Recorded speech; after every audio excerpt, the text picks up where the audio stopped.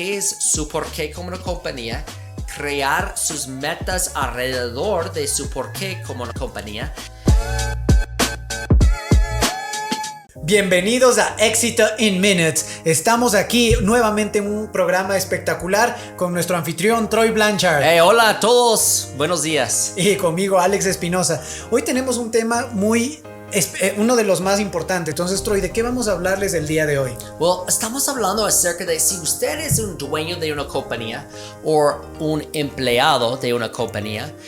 Hay una mejor práctica que se encuentra en el mundo que las compañías a vez en cuando, antes de enero, pero también se puede crear el plan para todo el año.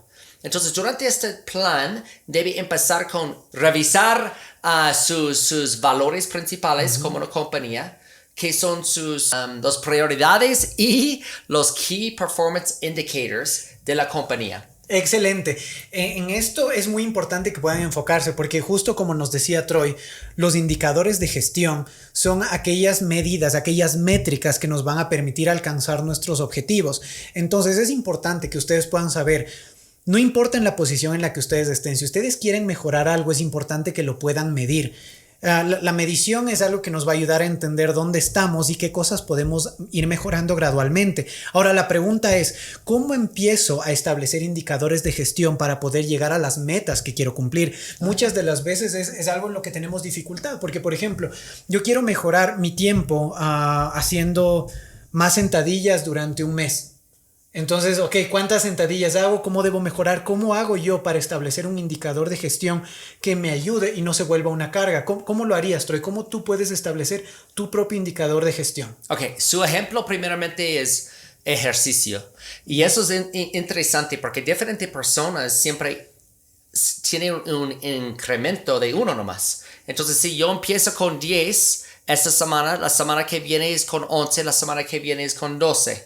Entonces, poco a poco está creciendo. Otros son más agresivos. Es como lunes 11, 12, martes, miércoles 13. Lo interesante es eso es un micro. Y si usted puede definir qué es el macro de su propósito, o sea, el macro de qué quiere lograr este año. El último podcast nosotros hablamos acerca de cómo convertirse en. Y la verdad es que ahora vamos a hablar acerca del negocio y después personal. Entonces, en un negocio, la mejor práctica es los dueños deben tener la visión del año.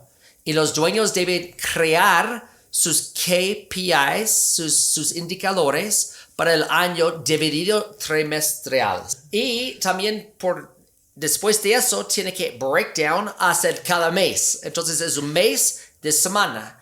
Y también debemos reconocer en como 3 áreas en la compañía y crear sus metas. Mucha gente, yo he escuchado compañías que dicen, queremos crecer este año. I'm like, no va a lograr mucho este año si eso es su meta. La meta es, ¿qué es su porqué como una compañía? Crear sus metas alrededor de su porqué como una compañía y de ahí enfóquense en crear con su liderazgo adentro de su equipo. Hay que tener un offsite. La mejor práctica es que no en su edificio, no en su compañía. Tiene que salir de la compañía con sus líderes unos 2 días, 3 días. Si no puede por 2 o 3 días, un día y empezar. ¿Cómo le fue el año pasado? Excelente, ¿en qué áreas hicimos bien? ¿Qué debemos empezar y qué debemos parar?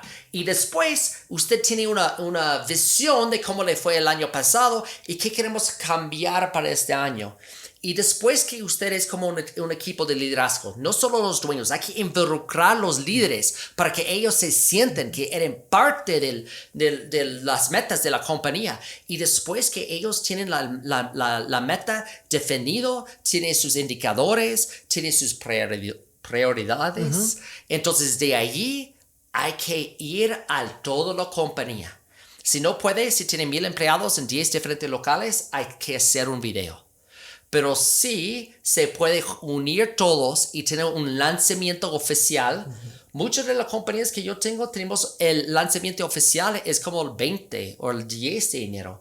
No tiene que ser en el 1 de enero y tiene que involucrar, pero no el dueño mismo. Los líderes deben presentar los diferentes aspectos de los Key Performance Indicators es prioridades y cómo van a lograrlo, hasta que explicar de cada trimestre quién está encargado de qué. Ok, eso es el macro de una compañía. Pero Alex, ahora nos toca, ¿cómo podemos hacerlo en un hogar, de una familia o de una persona misma, aplicando lo mismo que una compañía de mejores prácticas lo hacen aquí en el mundo? ¿Cómo podemos hacerlo nosotros? Excelente pregunta, Troy. Miren, haciendo la comparación entre el mundo corporativo, las empresas y las familias, una de las cosas más importantes es que tenemos que empezar siempre desde el espacio, desde donde debemos crecer de forma correcta. Por ejemplo, en una empresa nosotros no podemos decir algo de inicio como que queremos tener 10 nuevos locales este año. Ok, ¿basados en qué? Tenemos que revisar un poco lo que decía Troy, las métricas, pero lo que yo sí debo decir de inicio es que para el próximo año yo quiero tener el 10% más en ventas o quiero vender $1,000,000 más. Ese es el enfoque correcto, porque el número de ventas que queremos crecer es lo que va a hacer que toda la compañía se mueva alrededor de eso. Si yo quiero vender $1,000,000 más, por ejemplo, ¿cuántas personas necesito contratar? Talento humano. ¿Cuántas personas, cuánto me va a costar esas nuevas contrataciones? Departamento financiero, departamento contable, departamento administrativo, porque a lo mejor se necesita crear jefaturas, etcétera. Entonces toda la compañía se mueve alrededor de ese crecimiento. Comparado con las familias es exactamente igual. Por ejemplo, si yo soy un padre de familia, yo voy a pensar en el macro. Quizás voy a poner un ejemplo, yo no tengo una casa propia, entonces mi meta va a ser, ok, vamos a comprar una casa propia, vamos a pensar por el grande, por el macro. Pero ¿qué acciones pequeñas me pueden llevar a eso? Entonces empiezo a establecer mis indicadores clave o indicadores de gestión y voy a pensar, una nueva casa, estoy poniendo un ejemplo, me cuesta $100,000. Entonces, para ahorrar $100,000, ¿cuánto tiempo me va a tardar? ¿1 año, 2 años, 3 años, 5 años? A lo mejor lo puedo hacer, a lo mejor necesito un crédito en el banco, pero ¿qué acciones pequeñas puedo hacer para poder llegar a esta meta? Entonces empiezo a establecer y digo, ok, nuestro primer indicador clave dentro de la casa familia es que vamos a ahorrar $100 cada mes. Después de pagar todas nuestras cuentas y empezamos a llevar el rastreo de esta medición y decimos, en el mes número 1 ahorramos 100, en el mes número 2 100, en el número 100 así, revisamos en el mes número 12 tenemos $1,200. ¿Puedo ajustarme? ¿Me hace falta más? ¿Es suficiente? Etcétera. Entonces, así es como podemos aplicarlo de manera fácil. Si, por ejemplo, somos personas que somos padres solteros o madres solteras y queremos tener indicadores que nos ayuden a que la familia vaya creciendo, siempre busquen qué cosas pueden medir ustedes. Por ejemplo, si yo pensara, quiero tener una relación más cercana con mis hijos, esa es la meta. ¿Cómo lo puedo dividir en indicadores de gestión? Por ejemplo, yo voy a decir, voy a pasar más noches contándoles cuentos a mis hijos. Ya, excelente. Un ejemplo que yo tenía es que cuando mis hijos estaban en la casa, entonces yo tenía daddy-daughter date. Una cita solo con papá y father-son hangout or father-son outing, right? Entonces la idea es que yo guardaba el tiempo especial para salir y ellos sabían una vez al mes mi papá me va a llevar como un helado o una comida, un almuerzo. La verdad es que yo creo que este tema tenemos que hablar más mañana. Entonces tenemos que concluir hoy día, pero seguimos con lo mismo tema mañana. Pueden conectarse, mañana vamos a tener un tiempo espectacular. Lo que queremos es que ustedes puedan llevarse siempre en pocos minutos muchas de las ideas. Hoy hablamos mucho de la parte profesional y el día de mañana, Troy, vamos a estar hablando un poco más de lo familiar y personal. Excelente. Así que les vaya muy bien. Gracias. Chao.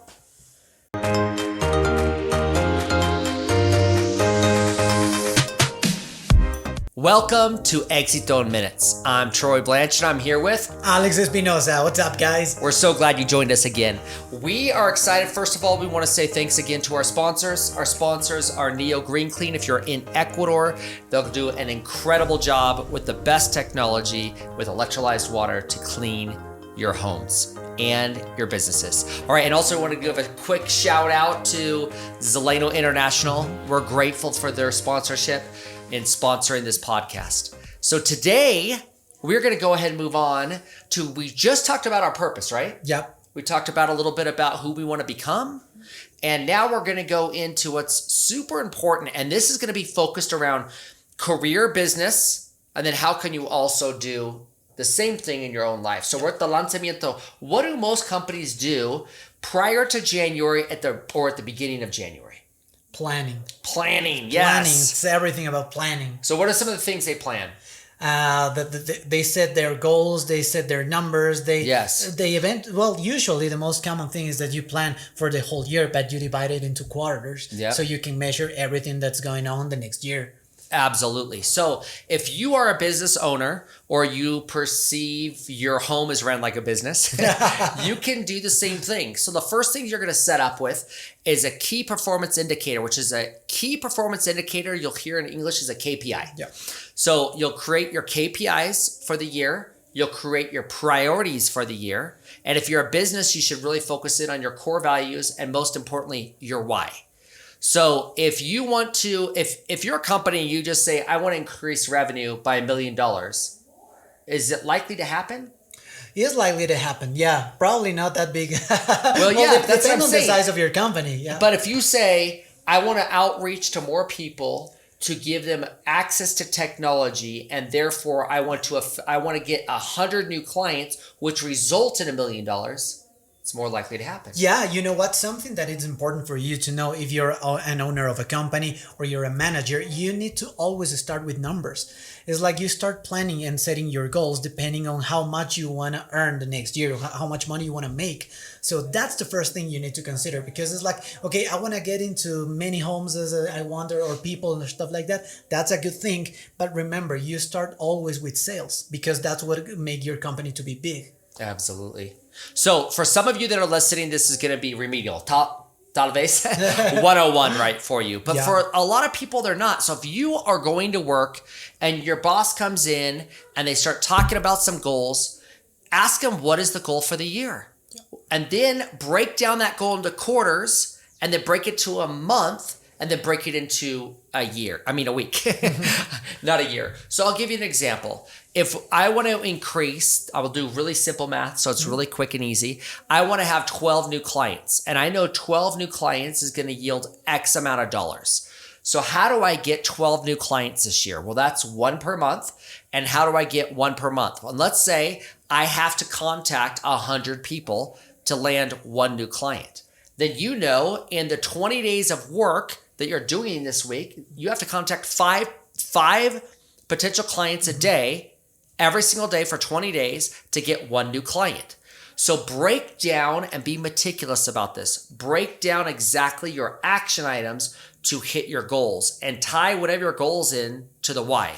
Lots of people have companies that are all centered around, we need to increase revenue. Yeah. But the point is, why? And so we're going to have a whole nother podcast about the why. So we're not going to go into that right now. But this podcast is more centered around, if you are a business, that's what needs to be done. And if you're an employee of a business, go ask them, what's the theme for this year? What are the core values for this year? What is the why for this year? Why are we trying to hit this target? And how do I impact that number? One time I was in Tijuana, Mexico, and I had this employee come up. And the employee came up to me and he said, hey, I want to know, I heard that you're going to open a new facility. What is my role in opening that new facility, and how can I contribute to the company's overall goal? I mean, wow, that was so impressive. Right then I'm like, you're hired. I know you're already hired, but we're transferring you to a new department. So now how can we apply that in our personal lives? That's a great thing, because I was thinking, sometimes, this is something very common with the companies, when someone is like, hey, we have this plan and we're going to start measuring the number of visits we make, and they start to create a lot of KPIs that you don't need. So when you think about your own personal life, it's like, okay, stop measuring everything. Sometimes we need to measure, and we need to start focusing on creating KPIs that will help us to grow in what we need. So the first thing is avoid creating numbers, or avoid measuring things that you don't need. It's like, okay, I will start measuring how many bananas I eat per week, because I want to know how many protein are getting into my body. It's like, okay, no, it doesn't work that way. So stop counting every little thing. That's a mistake. So in your personal life, think about the great goals that you want to achieve. It's like, for example, let's say I want to start a new business. I want to get promoted. I want to start at the college, and I want to do it right now. So think about the macro and figure out 3 or 5 things that will lead you there. Those are your KPIs. Yes. And again, KPIs are key performance indicators for those of you that are learning English and listening to both our English and Spanish side of this. Those key performance indicators, another way to say it, are just tasks that you have to complete. Yeah. And then you can measure how many of your tasks. Alex here is advocating, don't overdo it. Keep it simple. And a good example that I think would be if he said opening a new business, what are the 10 steps that need to be done and what's your timeline, and divide it by weeks. I hear that they always say a goal is just a dream if you don't have a plan. That's right. And so create your plan. This is the month, right? A lot of people, best practices, did this in November, which is fine, in December, but it's okay. It's January. I like to give ourselves leniency of saying, I'm creating my plan for the year, and it has to be done by the end of January. So if you haven't done it, it's okay. If you have completed it, kudos to you. Good job, right? Yeah. But create and tweak that plan. And whatever it might be, it could be anything. It could be something that's a TV. I want to have a TV, and so I got to save $11 per month to go towards my TV to buy it for myself for Christmas, right? Yeah. It could be educational. I'll give you one example. In 2024, I want to learn one word a day. That's 365 words. And I want to learn that in Spanish. I want them to be applicable to business terms. And so you don't have to suffer through this podcast listening to my Spanish when I'm missing vocabulary words. It's the same with you. So write it down, and that's something you can measure, right? It could just be one Spanish, your monthly, did I learn 30 Spanish? Don't check what were my metrics week by week and day by day. Just if I get behind 5 days, big deal. I study 5 words in one day. My goal is, right, to be right around that 31, 32 words a month. So, okay, coming back, that's your personal life. Alex, what do you think as far as let's try to give the audience, let's say I'm a single mom. Okay. I have no support. I'm working and I'm raising children and I barely have enough money. And my goal is to become educated. How would one with no money, no resources, create their 2024 educational plan? What are some tips you could give them where they could be educated without paying money? Wow, that is a really good question.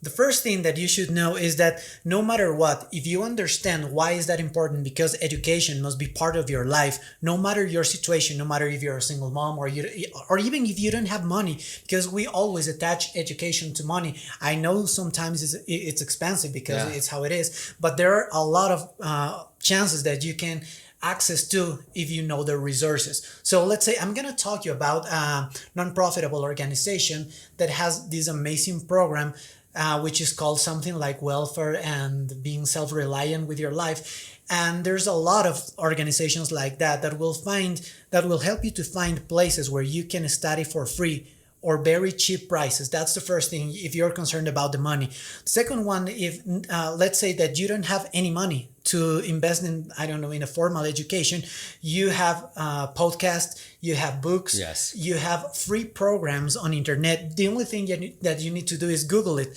I want to learn how to work on Excel. Poof, there's a YouTube video that will help you in 20 minutes how to work through Excel. And most important, something that is really important now is that in maybe 10 years, maybe less, maybe more, I don't know, basic things like managing Word, Excel, PowerPoint and stuff like that won't be necessary because AI, is that AI? Yeah.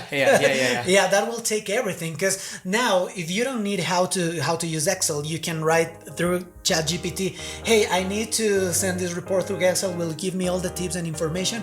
Poof, done. So thank you for joining us. We're going to finish this dialogue tomorrow. So come back and join us tomorrow. We appreciate you being here, and get the rest of this podcast tomorrow. See you guys. Thank you.